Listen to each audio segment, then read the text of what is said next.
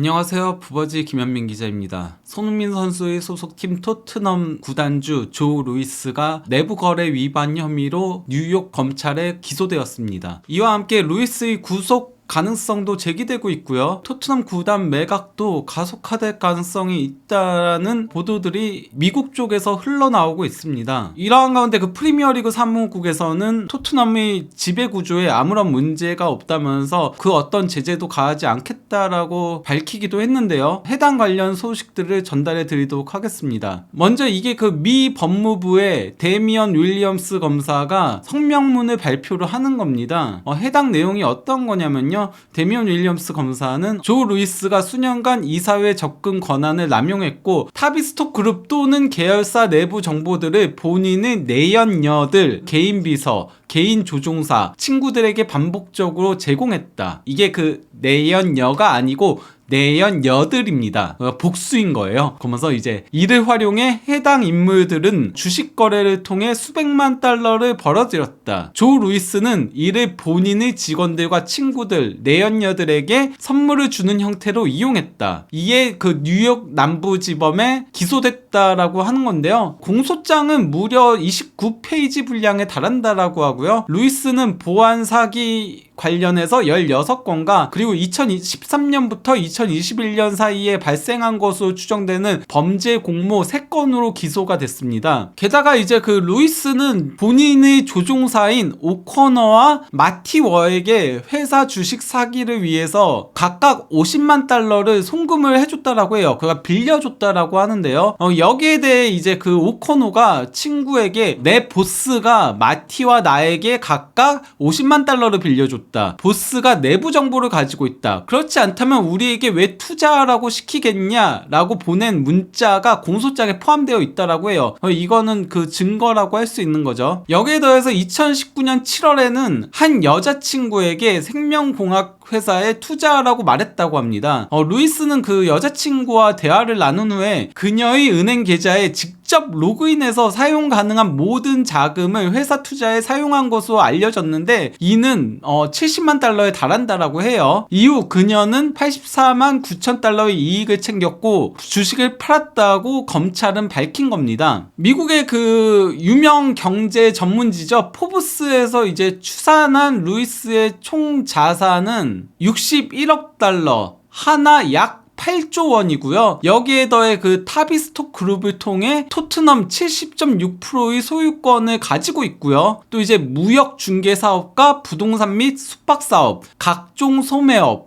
스포츠 비즈니스, 생명공학, 농업 및 금융 분야 공공 투자 및 개인 투자 포트폴리오를 사업 기반에 두고 있다라고 합니다. 이에 대해 그 데미언 윌리엄스 검사는 위에 언급된 사업들이 더는 필요하지 않을 정도로 조 루이스는 엄청나게 부유한 사람이다. 하지만 우리가 주장하는 바와 같이 그는 기업 내부 정보를 직원들에게 보상의 의미로 던져주거나 친구와 연인에게 선물하는 형태로 자의적으로 사용했다. 이는 전형적인 기업형 부패 행위에 해당한다. 자기 배를 채우지는 않았지만 측근들의 이익을 대변한 꼴이다. 이는 일반 주주들에 대한 눈속임이자 사기 행위다. 당연히 이는 현행법에 위배된다라고 한 겁니다. 데일리 메일을 비롯해서 BBC 그리고 블룸버그 다양한 매체들에서 속보를 띄웠는데요. 조 루이스가 미국에 입국해서 맨해튼 미국 당국에 자수를 했다라고 합니다. 그러면서 이제 그 오늘 밤에 법정에 출두할 예정이라고 한 건데요. BBC 월드뉴스에 따르면은 조 루이스 측에서 내부 거래 혐의를 전면 부인했다라고 합니다. 그러면서 이제 무죄를 주장했다라고 하는데요. 조 루이스의 변호사인 데이빗 조노우는 이에 대해 뭐라고 했냐면요. 당국은 흠잡을 데 없는 성실함과 위대한 업적을 쌓은 루이스를 기소하는 엄청난 판단 오류를 범했다. 루이스는 이 잘못된 혐의들에 답하기 위해 자발적으로 미국에 왔다. 우리는 법정에서 그를 강력하게 변호할 것이다 라고 밝혔고요. 그리고 이제 그 토트넘 대변인은 조 루이스 기소 관련은 구단과 관련이 없는 법적 문제이기에 우리는 아무런 논평도 하지 않을 것이라고 하면서 노코멘트로 일관했습니다. 이러한 가운데 그 BBC 뉴스에서는 뉴욕 법원이 재판 이전까지 루이스에게 전면적인 제재를 가했다라고 해요. 보석금으로 무려 3억 달러를 지불하라고 했고, 또 이제 여권 제출을 요구했고, 담보로 왼쪽 사진에 있는 98m짜리 슈퍼 요트로 불리는 아비바 사용 금지를 한 겁니다. 이 슈퍼 요트는 골프 왕제 타이거 우즈와 또 이제 유명한 팝 가수인 저스틴 팀버레이크와 함께 소유하고 있는 중이라고 해요. 그리고 담보에는 개인 항공기도 포함되어 있다라고 합니다. 여기에 더해서 그 바하마 오션사이드 리조트 포함 해외여행도 허용되지 않는다라고 합니다. 이건 어디까지나 뭐 도주 및 법원 출두를 피하는 거를 방지하기 위한 차원이라고 할 수 있겠는데요. 그리고 또 이제 재판 결과 혐의가 사실로 인정될 경우 장기 복역이 불가피하다라고 합니다. 약 25년형 이 예상된다는 얘기들까지 나오고 있는데요. 여기에 대해서 에이전트로 유명하죠. 토트넘 관련해서 상당히 많은 소식들을 전하고 있는 피터 오르크는 본인의 SNS 계정을 통해서 만약에 조 루이스가 25년형을 받게 된다면은 현재 나이가 86세인데 그러면 죽을 때까지 복역하는 거 아니냐라고 글을 남기기도 했습니다. 이러한 가운데 그 경제 전문지인 포브스에서는 내부자 거래 스캔들에 휘말린 루이스가 토트넘 매각을 가속할 가능성이 있다라고 보도를 낸 건데요. 간략한 내용은 토트넘은 꽤 오랜 기간 동안 매물로 나와 있었지만 팔리고 있지 않았다. 여기에 대해서 제가 추가적으로 조금 더 소개를 시켜드리자면요. 레바논계 미국인인 피닉스 선즈 공동 소유주가 이제 뭐 토트넘을 인수하려고 한 적도 있었고, 또 이제 그 카타르 투자 신탁에서도 토트넘 부분 인수에 관심을 가져하고 있었잖아요. 그러면서 이제 그 레비 회장이 직접적으로 협상들을 하기도 했었는데요. 근데 워낙 그 토트넘 쪽에서 요구하는 금액도 컸었고, 또 이제 레비 회장이 잔류해야 한다는 조건도 있었으며, 무엇보다도 레비 회장 자체가 매각보다는 부분 투자를 더 선호하고 있었어요. 이것 때문에 토트넘 매각이 제대로 이루어지지 않고 있었는데, 근데 이제 그 스포츠 은행 전문가들은 토트넘의 실소유주인 조 루이스가 내부 거래 스캔들에 휘말리면서 구단 매각 가능성이 현실적으로 높아졌다고 입을 모으고 있다라는 얘기인 겁니다. 근데 현재 그 토트넘의 지배 구조를 조금 놓고 보면요, 조 루이스가 현재 그 타비스톡 그룹을 가지고 있고요. 또 이제 다니엘 레비와 그의 가족들이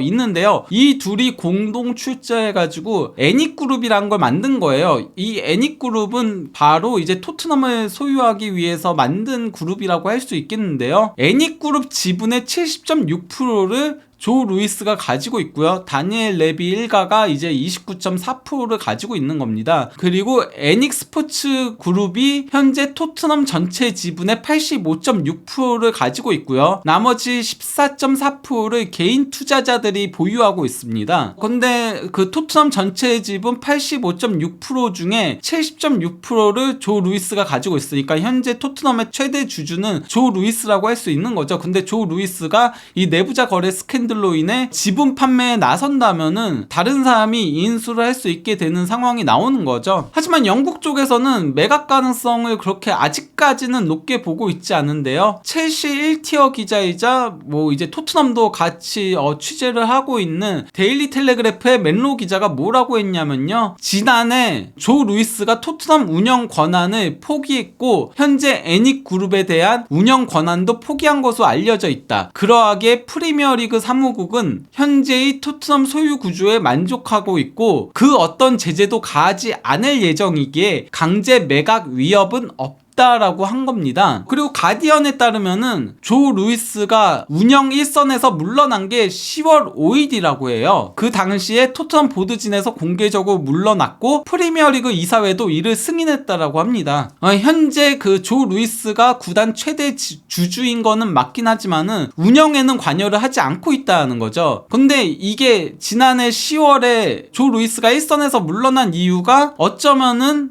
이 내부자 거래 관련한 혐의들이 있기 때문에 여기서 이제 자유롭기 위해서 빠져나온 게 아닌가라는 의혹들도 몇몇 쪽에서는 제기를 하고 있긴 합니다. 근데 뭐 그거는 말 그대로 의혹인 거고 어쨌건 기소되기 이전에 이미 지난해 10월에 일선에서 물러난 거니까 토트넘은 아무 문제가 없다라고 하는 거죠. 그게 바로 이제 그 토트넘 대변인이 우리와는 관련이 없다라고 얘기를 한 이유인 거기도 하고요. 여기에 더해 그 미국 CBS 기자죠. 벤 제이콥스 기자가 카타르 투자 신탁이 이제 토트넘 인수에 관심이 없다라고 한 건데요. 원래 그 카타르 투자 신탁의 그 엘켈라이피 파리 생제맹 회장이 레비 회장하고 런던에서 비밀 회동을 가진 적도 있었잖아요. 여기에 대해서 이제 그 SNS에 뭐라고 적었냐면요. QSA는 조 루이스에 대한 혐의를 적극적으로 모니터링하지 않는 것으로 알려져 있다. 그들은 다니엘 레비와 소수 투자에 대한 탐색적인 회담을 개최했음에도 불구하고 현재 다른 우선순위가 있다. 또한 루이스가 더 이상 애닉그룹을 통제하지 않기 때문에 혐의가 토트넘의 소유에 영향을 미칠 것이라는 의견도 없는 상태다라고 한 겁니다. 어쨌건 현재 그 토트넘의 상황 자체가 상당히 뒤숭숭하다라고 할 수 있겠죠. 안 그래도 오는 금요일에 해리케인의 이적과 관련해서 바이언 보드진과 토트넘 보드진 사이에 미팅이 있을 거란 얘기들이 있거든요. 이러한 가운데 조 루이스 구단주가 기소가 되면서 현재 이 협상 자체도 어떻게 흘러가게 될지, 그리고 선수 영입 과정도 어떻게 이루어질지, 현재 토트넘이 그러니까 뭐 센터백들 영입에 적극적으로 나서고 있는 상태잖아요. 이런 거 자체가 전부 다 미궁 속에 빠져들었다라고 할 수 있겠습니다. 구단 매각 역시도 미궁 속으로 빠져들었다라고 할 수 있겠는데요. 관련한 후속 보도들이 있다면은 한준TV를 통해서 전달해 드리도록 하겠습니다. 그럼 이쯤에서 이번 영상을 마무리하도록 하겠습니다. 감사합니다.